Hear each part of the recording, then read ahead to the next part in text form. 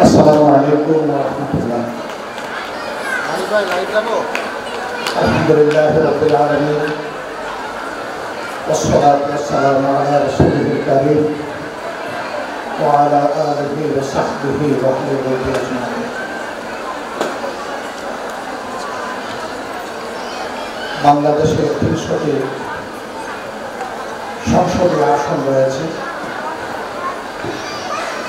রাজধানীতে রয়েছে ২০টি আসন। আজকে এখানে ১৫ নম্বর আসনে সম্মানিত বোনেরা সমবেত হয়েছে। এই গুরুত্বপূর্ণ সমাবেশে উপস্থিত কেন্দ্রীয় এবং মহানগরী থানা দায়িত্বশীলাবৃন্দ, উপস্থিত আমার অতি সম্মানীয় মা এবং বোনেরা, মঞ্চে উপবিষ্ট আছেন আজকের এই সমাবেশের সম্মানিত সভাপতি, রয়েছেন অন্যান্য নেতৃবৃন্দ। আমি আল্লাহ তাআলার শুকরিয়া আদায় করি যে আল্লাহ রাব্বুল আলামিন আমাদেরকে সৃষ্টির সেরা জীব হিসাবে পয়দা করেছেন। এটি আমাদের প্রতি আমাদের মাবুদের একান্ত মেহেরবানি। তিনি যে কোনো অবুঝ প্রাণী হিসাবে পয়দা করতে পারতেন, বৃক্ষলতা হিসাবে পয়দা করতে পারতেন, তিনি এমনকি নির্জীব কোনো বস্তু হিসাবে আমাদেরকে পয়দা করতে পারতেন। যদিও আল্লাহর সৃষ্টিতে সত্যিকারের নির্জীব বলে কেউ নেই। আমরা বৃক্ষ এবং প্রাণী জগৎকে চিনি এবং তাদেরকে জীব হিসাবে জানি, কিন্তু যেগুলাকে আমরা নির্জীব জানি তার ভিতরে প্রাণ আছে। আল্লাহ রাব্বুল আলামিন তাদের ভিতরে ইলেকট্রন, নিউট্রন, প্রোটন নামের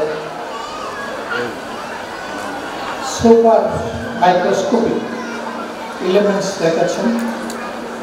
ওগুলো অনবরত তাদের ফাংশন করে যাচ্ছে এবং তারা গতিশীল আছে, কোথাও দাঁড়িয়ে নেই।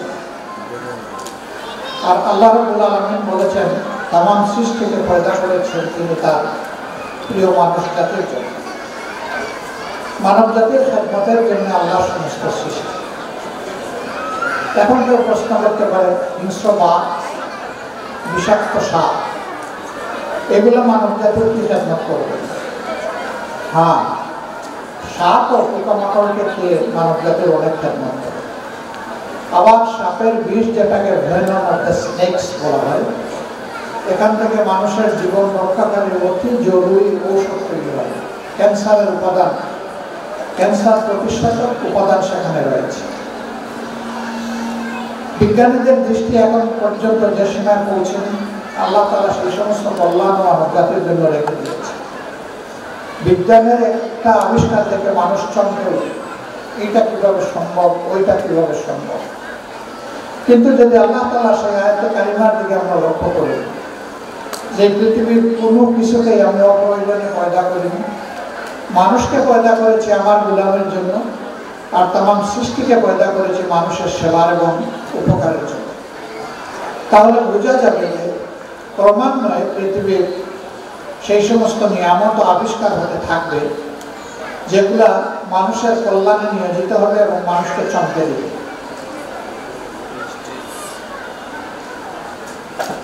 আল্লাহ তাআলা বিশ্বের সৌন্দর্য বিধান করেছেন মানব জাতির মাধ্যমে।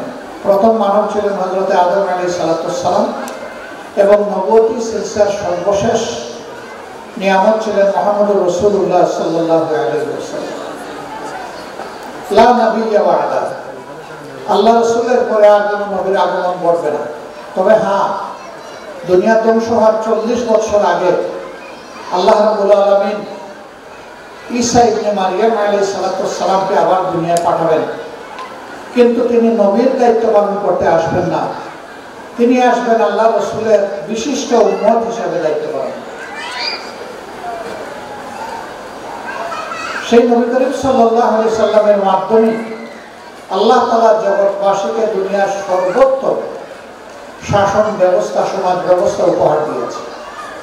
আমরা শাসন ব্যবস্থা বলতে শুধু বুঝি রাষ্ট্রের বিভিন্ন পরিষেবার কথা, না, শাসন ব্যবস্থার অন্তর্ভুক্ত আপনার পরিবার, এই পরিবার কিভাবে চলবে তারও গাইডলাইন শাসন ব্যবস্থায় থাকতে হবে, কিন্তু বিদ্যমান কোনো মতবাদে বা শাসন ব্যবস্থায় সেই রকম কোনো দিক নির্দেশনা আমরা দেখতে পাই না। ইসলামে তার সব কিছু আছে। সূরা বনী ইসরাঈলের 23 নম্বর আয়াতে গেলে মা বাবার প্রতি দায়িত্বের কথা স্মরণ করে আল্লাহ তাআলা বলেছেন, সন্তানদের প্রতি দায়িত্বের কথা অন্যত্র আল্লাহ তাআলা বলেছেন, প্রতিবেশীর প্রতি দায়িত্বের কথা আল্লাহ রাব্বুল আলামিনের পক্ষ থেকে নবী করিম সাল্লাল্লাহু আলাইহি সাল্লাম বলে দিয়েছেন এবং নিজে করেছেন। কর্মস্থলের একজন সঙ্গীর সাথে কি আচরণ হবে সেটাও আল্লাহ তাআলা বর্ণনা করে দিয়েছেন।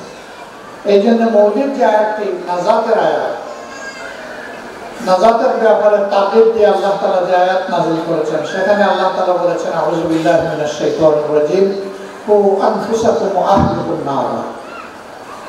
পরে তুমি বাঁচো, নিজেকে বাঁচানোর চেষ্টা করো জাহান্নামের আগুন থেকে, একই সাথে তোমার যারা আপনজন প্রিয়জন আহতদেরকে তুমি বাঁচানোর জন্য সংগ্রাম চালাও, সাধনা চালাও।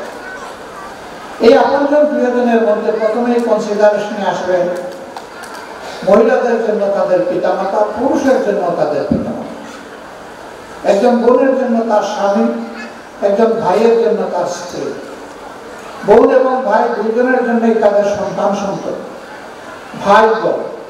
তারপরেই চলে আসবে আমাদের প্রতিবেশীর বিষয়, এরপরে আসবে অন্যান্য রক্তের আত্মীয় স্বজন, এরপরে আসবে বৈবাহিক বন্ধনের সূত্রে আমাদের যে আত্মীয়তার ভিত তৈরি হয় তারা, এরপরে আসবে আমি যাদের সাথে উঠা বসা চলাফেরা করি, কাজকর্ম করি তারা। সমাজের যে যত ক্ষেত্রে আমার বিচরণ রয়েছে সব ক্ষেত্রের মানুষগুলো হচ্ছে আমার আহার, তাদেরকে জাহান্নামের আগুন থেকে বাঁচানোর তাগিদ আল্লাহ তাআলা আমাদেরকে দান করেছেন। এইভাবে আল্লাহ তাআলা তার সর্বশেষ বিধানের মাধ্যমে দুনিয়াকে একটা মানবিক সোসাইটি হিসাবে, সমাজ হিসাবে আল্লাহ বিল্ডাপের তাগিদ দিয়েছেন। মানুষ যতদিন পর্যন্ত, যত যুগে, যত কালে আল্লাহর বিধানের অনুসরণ করেছে, নবীদের নেতৃত্ব মেনে নিয়েছে, ততদিন পর্যন্ত ওই বংশের ওই সময়ের মানুষগুলো ছিল দুনিয়ার সেরা মানুষ। তাদের শাসন ছিল সেরা শাসন, তাদের সমাজে ছিল সেরা শান্তি, তাদের প্রত্যেকটি মানুষ সেই সমাজে ছিল সম্মানিত। আর যখনই মানুষ আল্লাহর বিধান ছেড়ে দিয়েছে তখনই মানুষের উপর অপমান এবং লাঞ্ছনা নেমে এসেছে। কিন্তু যেহেতু আল্লাহ তাআলা মানুষকে সবচেয়ে বেশি ভালোবাসেন, তার সৃষ্টির মধ্যে সবচেয়ে প্রিয় সৃষ্টি, এই জন্য মানুষ একবার যখন সত্য থেকে, আল্লাহর রাস্তা থেকে এদিক সেদিক সরে গিয়েছে, হেলে গিয়েছে, ফলে গিয়েছে, এলোমেলো হয়ে গিয়েছে, তখনই আল্লাহ তাআলা আবার নবী পাঠিয়েছে। এইভাবে নবুয়তের সিলসিলা এসে শেষ হয়েছে। কুরাইশের কোল জুড়ে যিনি এসেছিলেন দুনিয়ায়, যিনি পূর্ণিমার চাঁদকে লজ্জিত করে এসেছিলেন, আল্লাহ রাসূলের চারিত্রিক সৌন্দর্যের কাছে সৃষ্টির সমস্ত সৌন্দর্য মূল্যবান, তারা হেরে গিয়েছে। তার মাধ্যমেই আল্লাহ তাআলা নবুয়তের মোহর বা খিতাব এনায়েত করেছেন। এরপরে আর কোন নবী আসবেন না, তিনি খাতামুন নবী। আল্লাহর বিধান নাম কোরআন, এটি সর্বশেষ বিধান এবং পূর্ণাঙ্গ বিধান। এর আগের বিধানগুলো অবিকল নেই বলে আল্লাহ তাআলা ওই বিধানের সার সংক্ষেপ কোরআনের মধ্যে ঢুকিয়েছে। কি আছে জবুরে, কি আছে তাওরাতে, কি আছে ইনজিলে, সেইগুলো মূল টেক্সটগুলো আল্লাহ তাআলা কোরআনের মধ্যে সন্নিবেশিত করেছে। আমরা সেই কোরআনকে কবুল করে নিয়েছি এবং বুকে ধারণ করেছি। আমাদের লড়াইটা কোরআনের জন্য, আমাদের লড়াইটা আল্লাহর জন্য। আল্লাহর জন্য যারা লড়াই করে, আল্লাহ তাআলার ভাষায় তারা হচ্ছে হিজবুল্লাহ, তারা আল্লাহ তাআলার সৈনিক। এই লড়াই করার অর্থ শুধু একই নয় যে একজন হাতে অস্ত্র নিবে, বোমা নিবে, আর এগুলো ফুটাইতে এবং গুলি বের করতে শুরু করবে। এই লড়াইটা মূলত শুরু হয় নিজের নফসের বিরুদ্ধে। প্রথমে আমার নফস আমাকে বিভিন্ন দিকে প্রতারিত করে ডানে বাড়ি নিয়ে যেতে চায়। তখন সত্যিকারের যোদ্ধা যিনি, তিনি নফসকে বলবেন, নো, আমি তোমার কমান্ড মানবো না, আমি মানবো আমার আল্লাহ এবং আল্লাহ রাসূলের কমান্ড। তুমি চাইলেও আমি তোমার কাছে আত্মসমর্পণ করবো না। যিনি নফসকে নিজের নিয়ন্ত্রণে আনতে পারেন তিনি সত্যিকারের যোদ্ধা। যিনি তলোয়ার হাতে অথবা অস্ত্র হাতে, অত্যাধুনিক মারণাস্ত্র হাতে প্রতিপক্ষকে নিধন করেন, সেই যোদ্ধার চেয়ে গুরুত্বপূর্ণ যোদ্ধা হচ্ছেন নফসের বিরুদ্ধে যিনি বিজয় লাভ করেছিলেন, তিনি সত্যিকারের বীর। এখান থেকেই তাগুতি শক্তির বিরুদ্ধে একজন মুমিন মুমিনার যুদ্ধ শুরু হয়। ইসলামী সমাজ বিনির্মাণে কেবলমাত্র পুরুষদের অবদান নেই, বরঞ্চ ক্ষেত্র বিশেষে মায়ের জাতি এগিয়ে। রাসূল করিম সাল্লাল্লাহু আলাইহি ওয়াসাল্লাম নূর পাহাড়, জবলের নূরে হেরা গুহা থেকে বের হয়ে এসেছিলেন কাঁপতে কাঁপতে। চেহারা হয়ে গিয়েছিল বিবর্ণ, গায়ে উঠেছিল জ্বর। তিনি গৃহে ফিরে হযরত খাদিজাতুল কুবরা রাদিয়াল্লাহু তাআলা আনহাকে বলেছিলেন, জাম্মিলুনি জাম্মিলুনি, ওরে তুমি তাড়াতাড়ি আমাকে কম্বল দিয়ে জড়ায় দাও, আমি বাঁচব না, আমি কাঁপছি, জ্বর আমাকে কাতর করে ফেলেছে। তিনি জড়ালেন, এরপরে জিজ্ঞেস করলেন কি হয়েছে আপনার? তিনি বললেন, আজকে এমন এক সত্তার সাথে আমার দেখা হয়েছে, আমি যাকে একেবারেই ভুলতে পারছি না। কি দেখলাম, কি অনুভব করলাম, বিষয়গুলো সবিস্তারে তিনি খুলে বললেন। বলার পরে আল্লাহ বান্দে বললেন, ডোন্ট ওয়ারি, আপনি বিচলিত হবেন না, আল্লাহ আপনার কোনো ক্ষতি করতে দিবেন না। আপনি সদা সত্য কথা বলেন, আপনি মানুষের এমনকি শত্রুর আমানত আপনি হেফাজত করেন, আপনি আত্মীয়তার হক সবসময় জোড়া লাগানোর চেষ্টা করেন এবং দাঁতে কামড় দিয়ে রক্ষা করেন, আপনি বিধবা এবং এতিমদের সাহায্যকারী, আপনি মজলুমের বন্ধু, আপনি ন্যায় বিচারক। আল্লাহ তাআলা এই নিয়ামতগুলো আপনাকে দিয়েছেন মানুষের খেদমতের জন্য, সেই আল্লাহ আপনার কোনো ক্ষতি করতে দিবেন না। সম্ভবত এর মধ্যে ভালো কোনো বার্তা রয়েছে। চলুন আপনাকে নিয়ে আমি একজন বিদগ্ধ আলিমের কাছে যাই, যিনি আমার ফুফাতো ভাই। আশা করি এই ব্যাপারে তিনি একটা উত্তম সমাধান আমাদেরকে দিবেন। ওরাকা ইবনে নাওফল তার কাছে গিয়ে হাজির হলেন, সব কিছু খুলে বললেন। তিনি একজন খ্রিস্টান উচ্চমানের পাদ্রী ছিলেন। তিনি হু হু করে কেঁদে দিলেন শিশুদের মতো। তার দুই চোখের কোনা দিয়ে পানি গড়াতে থাকলো। তার দাড়ি ছিল, দাড়িগুলো ভিজে মনে হলো যেন বৃষ্টি ঝরছে। এরপরে তিনি নিজেকে সামলালেন, সামলে জিজ্ঞেস করলেন, আমি কি আপনার পিঠ কানি বুক কানি একটু দেখতে পারি? রাসূল করিম সাল্লাল্লাহু আলাইহি ওয়াসাল্লাম পিঠ এবং বুক তাকে দেখিয়েছিলেন।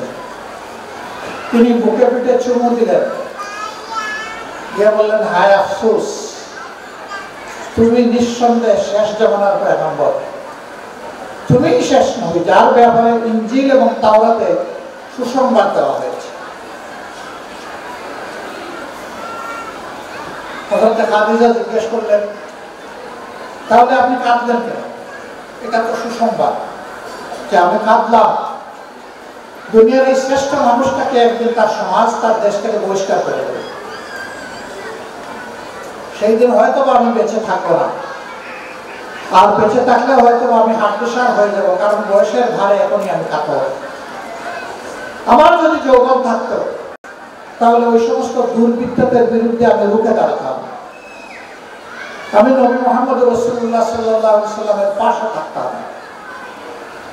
আল্লাহ রাসূল জিজ্ঞেস করলেন অবাক হয়ে, আমি তো কারো কোনো ক্ষতি করি না, আমি তো যতটুকু সম্ভব তাদের উপকার করি, আমার এই সমাজ আমাকে বহিষ্কার করে দিবে, দেশ থেকে বের করে দিবে? তিনি বললেন, হ্যাঁ মুহাম্মদ, তাই হবে আপনার সাথে, কারণ এর আগেও প্রত্যেকটি সমাজ তাদের নবীদের সাথে আচরণ করেছে, আপনার সাথে তার ভিন্নতা হবে না, আপনি তার জন্য প্রস্তুত হন। বাস্তবে তাই দেখা গেল। হযরত খাদিজাতুল কুবরা রাদিয়াল্লাহু তাআলা আনহা যখন নিশ্চিত হয়ে গেলেন যে তিনি আল্লাহর নবী, তিনি সাথে সাথেই বললেন, আমানতু বিল্লাহি ওয়া রাসূলিহি, আমি ঈমান আনলাম আল্লাহ তাআলার উপর এবং এই রাসূলের উপর। সুতরাং রাসূল করিম সাল্লাল্লাহু আলাইহি ওয়াসাল্লামের উপর কোরআন নাযিল হওয়ার পরে তিনি সর্বপ্রথম আল্লাহর নিয়ামত, যিনি আল্লাহ এবং আল্লাহ রাসূলের উপর ঈমান এনেছিলেন। এই ক্ষেত্রে আপনারা এগিয়ে, আপনাদের তিনি পর্যন্ত মুতার যুদ্ধের বিজয় নিয়ে সাহাবীরা মদিনায় ফিরলেন। যে যুদ্ধে 4 জন সেনাপতি নিহত হয়েছে, একজনের পর একজন। সেই যুদ্ধের মূল পুরাণ ওই লোকটিও একজন মহিলা, হযরত হিন্দা রাদিয়াল্লাহু তাআলা আনহা। তখন আর তিনি মুশরিকা নেই এবং তখন আর তিনি নবীর দুশমন নন, তখন তিনি নবীর পাহারাদার বন্ধু। উহুদের যুদ্ধে এক মহিলা তার স্বামী হারালেন, তার 2 সন্তান হারালেন, তার ভাই হারালেন, তার পিতা হারালেন, 5 জনকে এই পরিবারের হারালেন। তিনি যখন খবর পেলেন যে আল্লাহ রাসূলকে খুন করা হয়েছে, হত্যা করা হয়েছে, মদিনা থেকে তিনি পাগলিনীর মতো দৌড়া শুরু করলেন উহুদের দিকে। এই 4-5 মাইল জায়গা তিনি কিভাবে অতিক্রম করেছেন হয়তো তিনিও জানেন।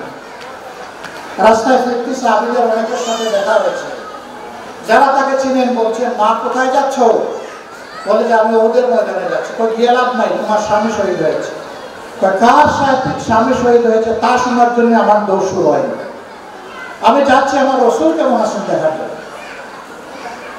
আরো একটু এগিয়েছেন, আরেকজন বললেন আপনার 2 সন্তান শহীদ হয়েছে। তিনি বললেন এইটাও শোনার জন্য আমি দৌড়াচ্ছি, আল্লাহ তাদেরকে কবুল করুন। আরো একটু আগালেন, বললেন যে আপনার পিতা শহীদ হয়েছে, বললেন তা জানার জন্য আমি আসি। এরপরে আগালেন, বললেন যে আপনার ভাইটাও শহীদ হয়েছে, আপনার পরিবারের সর্বশেষ সদস্য তিনি শহীদ হয়েছে। তিনি বললেন এই খবর জানতেও আমি এখানে আসি, আমি এসেছি আল্লাহ রাসূলের অবস্থা। উহুদের ময়দানে আলু কালো অবস্থা, মাথায় কাপড় চোপড় কিছুই নেই, কোথায় গেছে তিনি বলতেই পারেন। সাহাবীরা জিজ্ঞেস করছেন যে আপনি এখানে কেন? বললেন যে আমি খবর নিতে এসেছি আমার রাসূল কেমন আছে। বললেন আপনার পরিবারের 4 জন শহীদ হয়েছে। বললেন সে খবর আমি রাস্তায় পেয়েছি, এটার জন্য আমি বিচলিত না, শুধু আল্লাহর কাছে আরজ এরা যেন মহাত্মিক শহীদ হতে পারে। আমার নবী কেমন আছেন আগে আমাকে দেখা, কিন্তু শুনেছেন নাই। একদম বেহুশ লোক ফিরে গিয়ে বলেছে আল্লাহ রাসূলকে হত্যা করা হয়েছে। অবশ্যই এর পিছনে একটা কারণ আছে। আবু সুফিয়ান তখন কাফের, তখন তিনি মক্কি বাহিনীর প্রধান সেনাপতি। তিনি এই ঘোষণাটা দিয়েছিলেন যে মুহাম্মদ ইবনে আব্দুল্লাহকে শেষ করা হয়েছে, জামানার ফাতনা দূর হয়েছে। বলুন নাউজুবিল্লাহ।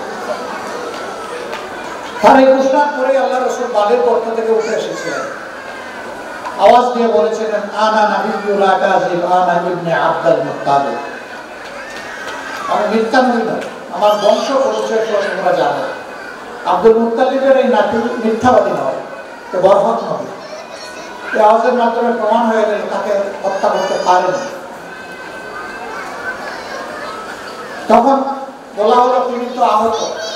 এই মহিলা বললেন যে না, আমার 2 চোখ তাকে না দেখা পর্যন্ত আমি যা শুনেছি তার ব্যাপারে আমি নিশ্চিত হতে পারছি না। কি শুনেছেন আপনি? আমি শুনেছি আমার নবীকে খুন করা হয়েছে। বলে না, তিনি জীবিত আছেন। বলে না, আমাকে দেখান। তিনি রাসূল করিম সাল্লাল্লাহু আলাইহি ওয়াসাল্লামের সামনে চলে গেলেন। দেখা মাত্র কোনো কথা না বলে তিনি সিজদা করলেন, আল্লাহ শুকরিয়া আদায় করলেন মন ভরে,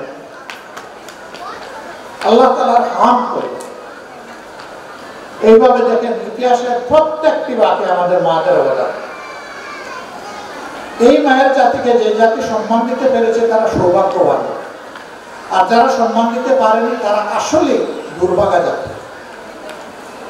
আফসোস 91% মুসলমানের দেশে আমাদের মায়েদের সম্মান ঘরে বাইরে কোথাও নেই। অথচ ইসলাম আমাদেরকে তাগিদ দিয়েছে মাদেরকে মায়ের মর্যাদায় সম্মান দিতে। আজকের শিশু মেয়েটিও কালকের মা, সুতরাং সেও মায়ের জাতির সদস্য। বাংলাদেশ জামাত ইসলামী আল্লাহর কোরআন এবং রাসূল করিম সাল্লাল্লাহু আলাইহি সাল্লামের সিরাত থেকে, জীবনী থেকে সেই শিক্ষা নিয়েছে যে আমাদের মায়ের জাতিকে মায়ের মর্যাদায় অধিষ্ঠিত করতে হবে। এই রাষ্ট্রে বাস্তব প্রয়োজন এবং যোগ্যতা মোতাবেক পুরুষদের পাশাপাশি মহিলারাও রাষ্ট্র গঠনে অবদান রাখবেন। আমার এই বর্ণনা থেকে আপনারা বুঝতেই পেরেছেন সমান তালে পুরুষের পাশাপাশি থেকে সংখ্যা যাই হোক, মহিলারাও প্রত্যেকটি যুদ্ধে অংশগ্রহণ করেছেন এবং যুদ্ধ করেছেন। জীবনের সবচেয়ে কঠিন ঝুঁকিপূর্ণ কাজের নাম হলো যুদ্ধ। সেই যুদ্ধেও যদি আল্লাহ রসুলের নেতৃত্বে এবং তার বেঁচে থাকা অবস্থায় মায়েরা, বোনেরা, মেয়েরা যদি অংশগ্রহণকারী হয়ে থাকেন, তাহলে সমাজের সকল কাজে অংশগ্রহণ করার হক তাদের রয়েছে। উম্মতের তিনজন শ্রেষ্ঠ উস্তাদ ছিলেন আল্লাহ রসুলের পক্ষ থেকে, যাদেরকে গড়া হয়েছিল। এর মাঝে একজন হচ্ছেন উম্মাতুল মুসলিমিন হযরত আয়েশা সিদ্দিকা রাদিয়াল্লাহু তাআলা আনহা। তারা নেই কোথায়?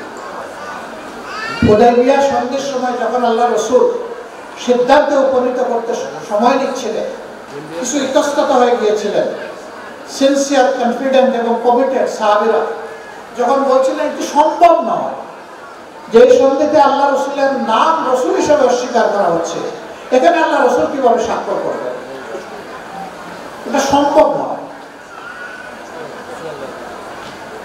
এই সন্ধির লেখক হযরত আলী করমুল্লাহি ওয়াজহু তিনি বিনয় করেছিলেন, আমার পক্ষে রসুলের রাসূল কেটে দেওয়া সম্ভব নয়। আল্লাহ রসুল বলেছিলেন, আমি তো লিখতে জানি না, পড়তে জানি না, দেখাই দাও তো কোন জায়গায়। দেখাই দিলেন, বললেন কলমটা আমার হাতে দাও, নিজের হাতে কেটে দিলেন। সাহাবীরা দারুণ মন মরা, একতরফা একটা চুক্তি। স্বাভাবিকভাবে দেখলেন, সঙ্গিনীর কাছে ফিরে গেলেন, বললেন কি করব? ডোন্ট ওয়ারি, আপনার সাহাবীরা আপনার সেই জিনিসটারই অনুসরণ করবে যা আপনি করেন। আপনি তাদেরকে হুকুম করেছেন মাথা মুন্ডন করতে, কুরবানি দিতে, তারা করছে না। আপনি আগে কুরবানি করুন আর মাথা মুন্ডন করুন, সময় তারা নেবে না, সাথে সাথে অনুসরণ করুন। আল্লাহ রাসূল সেই পরামর্শটা দারুণ পছন্দ হলো, তিনি তামিল করলেন।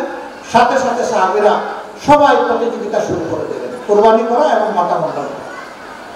দেখেন, এই সংকট মুহূর্তেও একজন মা রাস্তা দেখতেছেন, পথ দেখতেছেন আল্লাহ তাআলার পক্ষ থেকে। আল্লাহই তাকে ইলহাম করে সাহায্য করেছে। অতএব আমাদের এই পচা সমাজ বদলানোর জন্য আমাদের মাদেরকে অবশ্যই দায়িত্ব নিতে হবে আমাদের মতো। অনেকে অনেক কথা বলবে, পাত্তাই দিবেন না। এগুলো পচা সমাজকে বুকে লালন করা, এই পচার মধ্যে নিজে ডুবে থাকা, এটা একদিকে রাখেন। আরেকদিকে পচা সমাজ বদলানোর জন্য আপনি যুদ্ধ করবেন, সেটাকে আরেকদিকে রাখেন। আপনার বিবেক যেটাতে সাহায্য দেবে ওইটাতে আপনি ডেসপারেট সাহসিকতা শিখা হয়ে যাবে। আলহামদুলিল্লাহ, আমরা ইমপ্রেসড, আমরা অভিভূত, আমরা লক্ষ্য করছি দুইটা সমাজ ইসলামকে দারুণভাবে অ্যাপ্রিসিয়েট করছে, ধারণ করছে এবং ইসলামের সব থেকে স্বাগত জানাচ্ছে। একটি আমাদের যুব সমাজ, আরেকটা আমাদের মায়েদের সমাজ।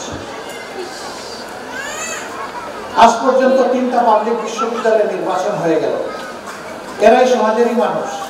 ঢাকা বিশ্ববিদ্যালয়, জাহাঙ্গীরনগর বিশ্ববিদ্যালয়, গতকাল হয়ে গেল চট্টগ্রাম বিশ্ববিদ্যালয়, আজকে হচ্ছে রাজশাহী বিশ্ববিদ্যালয়। এই সব জায়গায় একই চিত্র। মেয়েদের আস্থা ছাত্র শিবিরের উপর, তরুণদের আস্থা ছাত্র শিবিরের উপর। ইনশাআল্লাহ এরই রেপ্লিকা, এরই প্রতিচ্ছবি আগামীতে বাংলাদেশ দেখবে ইনশাআল্লাহ। আর এটা খুবই গুরুত্বপূর্ণ। যে সমাজে যুবকরা কোনো বিষয়ে সিদ্ধান্ত নিয়ে নেয়, যে সমাজে মায়েরা দায়িত্ব নিয়ে সামনে এগিয়ে আসে, সেই সমাজ পরিবর্তন না হয়ে পারে না। ইনশাআল্লাহ আমরা আশাবাদী, আমাদের এই পচা গুণে ধরা সমাজ আগামীতে পরিবর্তন হবে। আমরা আমাদের অঙ্গীকার ঘোষণা করেছি দেশবাসীর প্রতি। আমাদের প্রথম অঙ্গীকার হচ্ছে আমরা একটা সুন্দর শিক্ষা ব্যবস্থা গড়ে তুলব। শিক্ষা ভালো না হলে জাতি কখনো ভালো হবে না। এই জন্য শিক্ষাকে বলা হয়েছে জাতির মেরুদণ্ড। আমাদের দ্বিতীয় অঙ্গীকার, সমাজের প্রত্যেকটি স্তরে রন্ধ্রে রন্ধ্রে, রগে রক্তে দুর্নীতি এখন বাসা গেড়ে বসে আছে। আমরা ইনশাআল্লাহ দুর্নীতির বিরুদ্ধে লড়াই করব, এই দুর্নীতি মাটিতে নেমে না আসা পর্যন্ত। এখন আসমানে উঠে আছে, দুর্নীতির অস্তিত্ব বাংলাদেশে থাকবে না ইনশাআল্লাহ। এতে যত ত্যাগ স্বীকার করতে হবে সব কিছুর জন্য প্রস্তুত। সামনে হিমালয় পর্বত আসলে আল্লাহর কাছে তৌফিক চাই, এইটাকে মারিয়ে চুরমার করে আমরা যেন আমাদের গন্তব্যে পৌঁছতে পারি, আল্লাহ যেন তৌফিক দেন। আমাদের তৃতীয় অঙ্গীকার হচ্ছে সমাজের প্রত্যেকটি নরনারী, নারী পুরুষ, শিশু, আবাল, বৃদ্ধ, বনিতার জন্য ন্যায় বিচার প্রতিষ্ঠিত করা। শুধু আদালতের রায়ের ন্যায় বিচার নয়, প্রত্যেকটি মানুষ তার হক যথাস্থানে বসে যথাযথভাবে পাবে। এর জন্য তাকে কোনো স্ট্রাগল করতে হবে না, সংগ্রাম করতে হবে না, তার হক তার হাতে পৌঁছে যাবে। আপনারা সেই ঘটনা নিশ্চয়ই জানেন। উমর ইবনে খাত্তাব রাদিয়াল্লাহু তাআলা আনহু যখন খলিফা, তিনি রাতের বেলা গোপনে বের হয়ে রাষ্ট্রের নাগরিকদের অবস্থা পর্যবেক্ষণ করতেন। এক রাতে মরুভূমি ভাড়ি দেওয়ার সময় দেখলেন টিপ টিপ আলো জ্বলছে মরুভূমির বুকে। বললেন এটা গভীর রাতে ওখানে আলো জ্বলে কেন, যাই ওখানে দেখি। ওখানে গিয়ে শুনেন কিছু শিশু চিৎকার দিচ্ছে একটা ছোট্ট তাঁবুর ভিতরে, আর বাইরে একজন মহিলা একটা ডেক্সি বসিয়ে কি যেন নাড়াচাড়া করছে আগুনের উপরে। এগিয়ে গিয়ে দেখেন যে ডেক্সিটা খালি। এই কষ্ট দেখার আগে কেন আমি খবর নিতে পারলাম না, আমার লোকেরা খবর নিতে পারবো না। আল্লাহ যেন আমাকে ক্ষমা করেন আর আপনিও আমাকে ক্ষমা করে দেন। আপনি কিছু বলবেন? বলে না, আমার আজকে আর কোনো কথা নেই।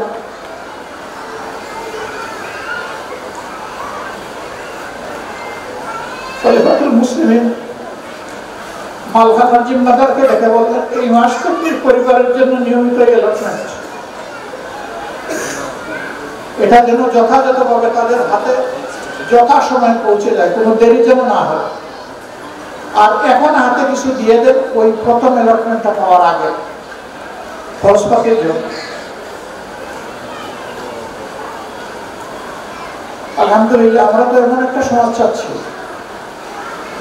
যে সমাজের শাসকরা মাপ চাইবে জনগণের কাছে তাদের ত্রুটির ঘাটতির জন্য। তারা কারো কাছ থেকে অ্যাপ্রিসিয়েশন চাইবে না, বাবা চাইবে না, কোন স্লোগান চাইবে না, অমুক ভাই তমুক ভাই জিন্দাবাদ জিন্দাবাদ, এটা চাইবে না। তাদের অন্তর ভয়ে কাঁপবে, জনগণের এই বোঝা আমার কার্ডে দেখা দেওয়া হয়েছে, আমি গ্রহণ করতে পারছি কিনা।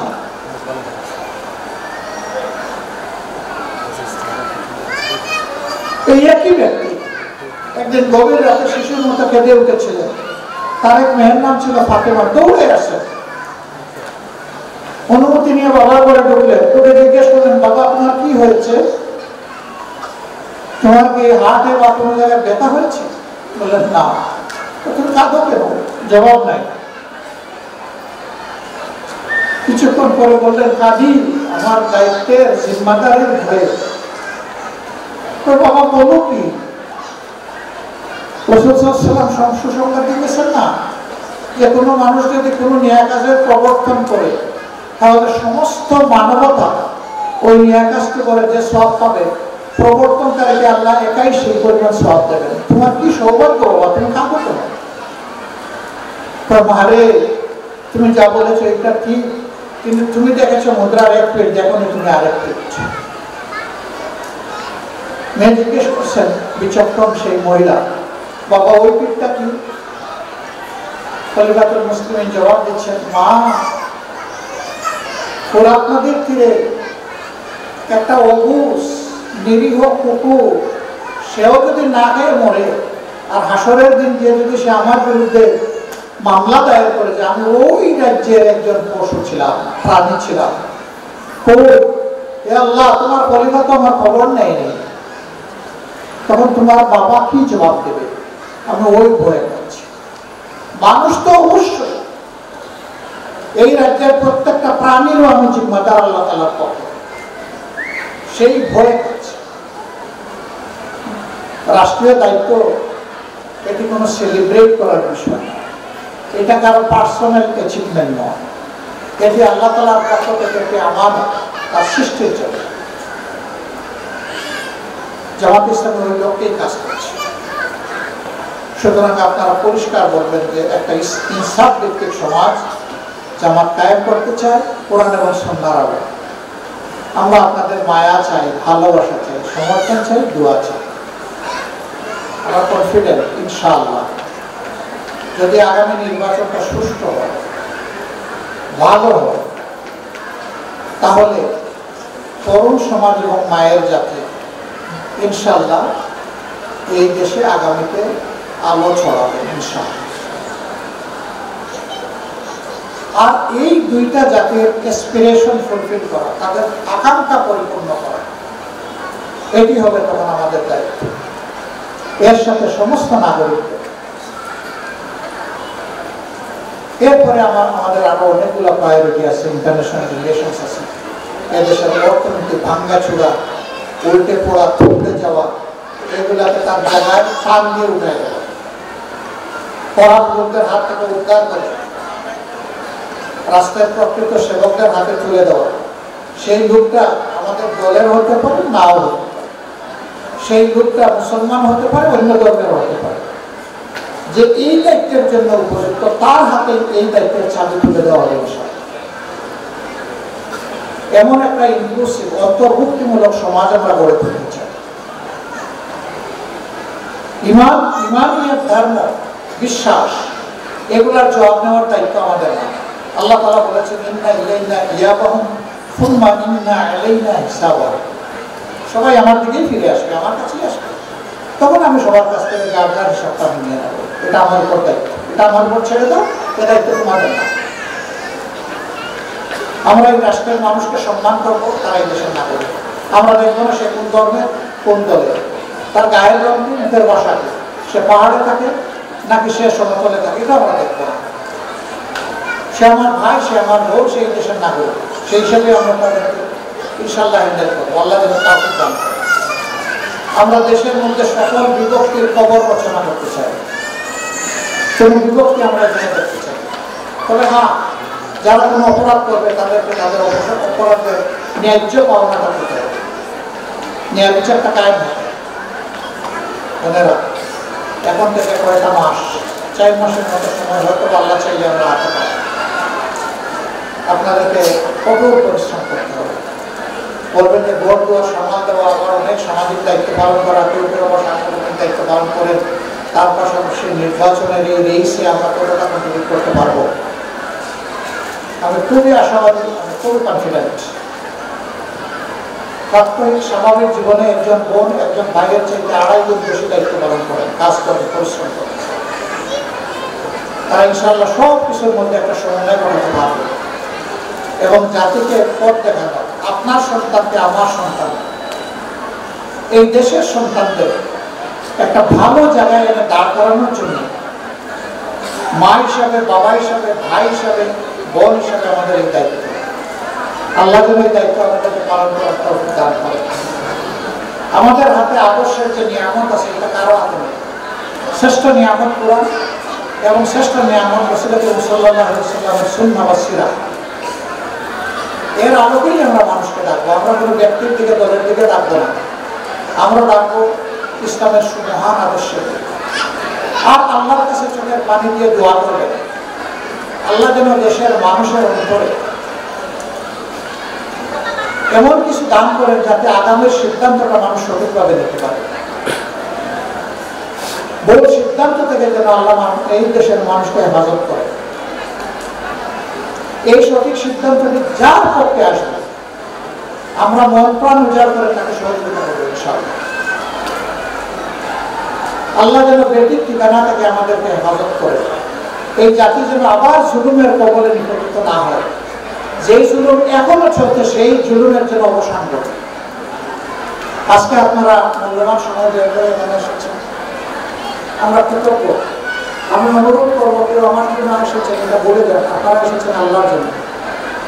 অবশ্যই আমরা এক অন্যকে ভালোবাসি, কিন্তু সেটি আল্লাহর জন্য। আমাদের ভালোবাসাটা যখন পরিপূর্ণভাবে আল্লাহর জন্য হবে, তখন ভালোবাসাটার পূর্ণতা পাবে এবং সেই ভালোবাসাই আমাদেরকে দুনিয়া আখিরাতের নাজাতের পথ দেখাবে ইনশাআল্লাহ। আপনাদের সাথে সন্তান সন্ততিদেরকে নিয়ে এসেছেন, এটি স্বাভাবিক। অনেক বৃদ্ধ হয়তো তাদের দ্বারা ঘটেছে, কিন্তু বিরক্ত হবেন না, কারণ এই ধরনের মজলিসগুলোতে আসতে ওরাও মেন্টালি এখন থেকে চার্জ করে। এদের মধ্যে রুহানিয়ত পয়দা হবে। মসজিদে আমি এনকারেজ করি সব জায়গায়, ওদেরকে খেলতে দেন, দৌড়াতে দিন, চিৎকার দিতে দেন, দেখতে দেখতে এরা একটু সাচ্চা নামাজি হয়ে যাবে, বিরক্ত হবেন না কেউ। আল্লাহ রসুল তাই করেছেন। তার গাড়ির উপর, পিঠের উপর হযরত হাসান ইবনে মুসাব রাদিয়াল্লাহু তাআলা আনহু শুহাদায়ে আহলে সাইয়্যিদুশ শুহাদায়ে আহলে জান্নাত যতক্ষণ পর্যন্ত বসে থাকতেন আল্লাহ রসুল নড়তেন না, সেজদা করে থাকতেন, রুকুতে দাঁড়ায় থাকতেন। তারা যখন নিজ থেকে সরে যেতেন তখন সেজদা থেকে উঠতেন, রুকু থেকে উঠতেন। এত মহব্বত করতেন। শিশুদেরকে মহব্বত করা আমাদের দায়িত্ব। আজকের এই কথাগুলো আপনারা নিজের মধ্যে সীমাবদ্ধ রাখবেন না। পরিবারের সদস্য, আপনার আত্মীয় স্বজন, প্রতিবেশী, কর্মস্থলের সঙ্গে যে যেখানে বিচরণ সেখানে পর্যন্ত ইনশাআল্লাহ আমরা পৌঁছে দেব, ঘরে ঘরে পৌঁছে দেব। ইনসাফের প্রতীক দাঁড়িপাল্লা, এই পরিচিতিটা আমরা সবার কাছে পৌঁছে দেব। এই প্রতীকটা নেওয়ার জন্য কিনা কারাগারের যুদ্ধ আমাদের সাথে করা হয়েছে। আল্লাহ তাআলা মেহেরবানিতে আমাদের প্রতীক আমাদের বুকে আবার ফিরে এসেছে। আল্লাহ যেন এই প্রতীকের সম্মান রক্ষা করার তৌফিক আমাদেরকে দান করেন। আল্লাহ তাআলা আপনাদের সকলের হায়াতে, সিহাতে, ইলমে, আমলে, ইজ্জতে এবং ইজ্জতে অপরন্ত বারাকা দান করেন। প্রত্যেকটি ঘরের উপর আল্লাহ রহম নাযিল করেন। আল্লাহ তাআলা তার নুসরাত দিয়ে সকলের শক্তিকে বাড়িয়ে দেন। আল্লাহ তাআলা ইমানের উচ্চ দরজায় আমাদের সবাইকে রাখুন, আপনাদেরকে রাখুন। এখন আমার ছোট্ট একটি আবদার, আশা করি আপনারা আমাদের সহযোগিতা